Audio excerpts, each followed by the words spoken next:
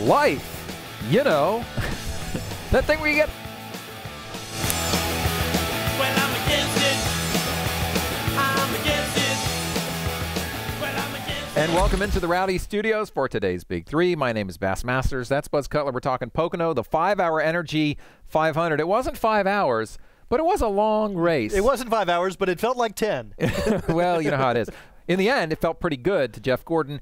He got the win. And in the process, my friends, he ties Darrell Waltrip with 84 wins.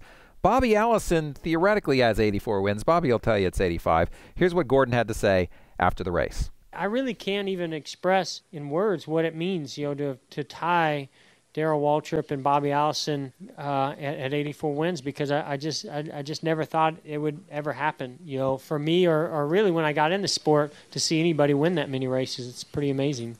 You know what's interesting about this, Bass, is Jeff Gordon now has 2 victories on the season, but he's still not in the top 10. Yeah. And there's nobody else in positions 11 through 20 with any wins right now. Right. The guys with a single win that are outside the top 10 are outside the top 20 as well. Right. So Jeff Gordon is in a really interesting position. He's in the chase. I mean, I think he's locked up the wild card. Well, I think he has. Barring disasters. And he's this year's Jamie McMurray, and this wild card rule was basically put in place because of Jamie McMurray's 3-win season last season. Right. So, of course, 2 of Jamie's wins came before the chase. 1 came in the chase. True. So maybe he is this season's Jamie McMurray. Right. I mean, he's been more inconsistent in a way. It's almost like Steve Letarte with Junior is bringing Junior the consistency. With Jeff Gordon, he couldn't get over the hump and win races, even though he was more consistent with Steve Letarte. Now he's getting the wins, but he has been less consistent. My question is, has this team started to turn the corner back to giving him consistently fast race cars? I don't know, because remember, he won at Phoenix, but then lost all competitive edge. So will he go back to the inconsistency that we saw between Phoenix and Pocono now,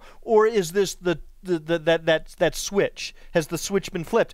I'm not ready to go out and say it has. I want to see a few weekends of consistent top 5, top 10 performances before I say Jeff Gordon has turned things around. And he did have a top 5 car, but the best car really was Denny Hamlin. Right. But track position was so important in that race yesterday. Well, so incredibly critical. Other thing that's interesting is to contrast what Jeff Gordon's pit crew did for him versus what Jimmy Johnson's pit crew did for him. Or Denny Hamlin's pit crew did for him. Right. So I think, and Jeff Gordon knew that track position was key. 13.1 on the final pit stop.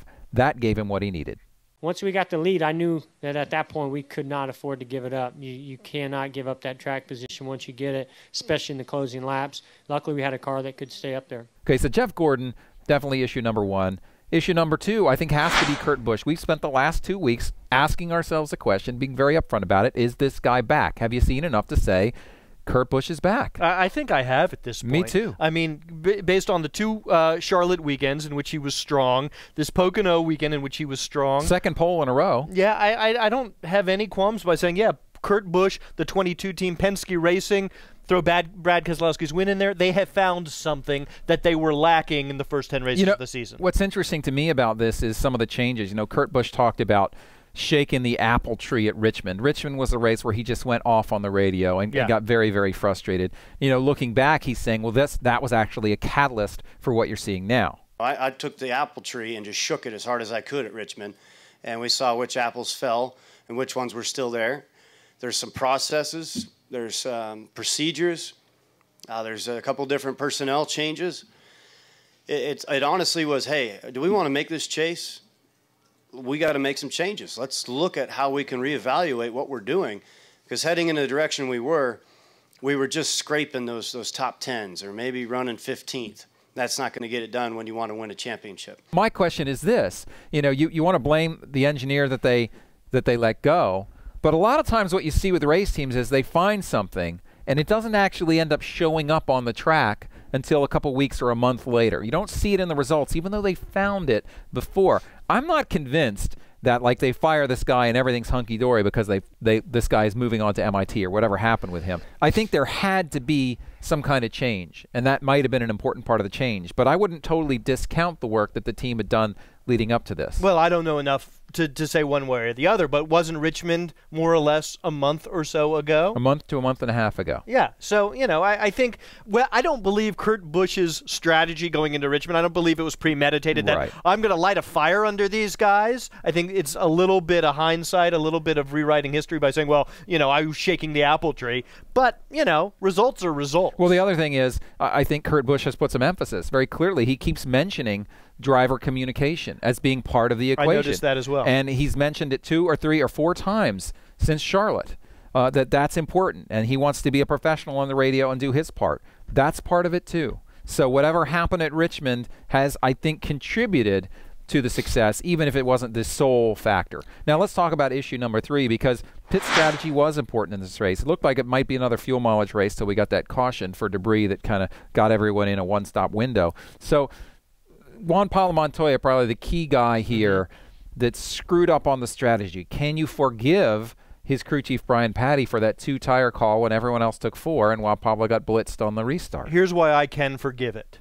I can forgive it for a couple of reasons. First of all, we've seen the importance of track position. Now, obviously, Pocono's not a downforce track, and so but track position seemed to be critical. Okay. Anyway. But here's the other reason I can forgive it, because I think when you're in Juan Pablo's position, you're fighting for wins, you're fighting for a top 10 chase berth.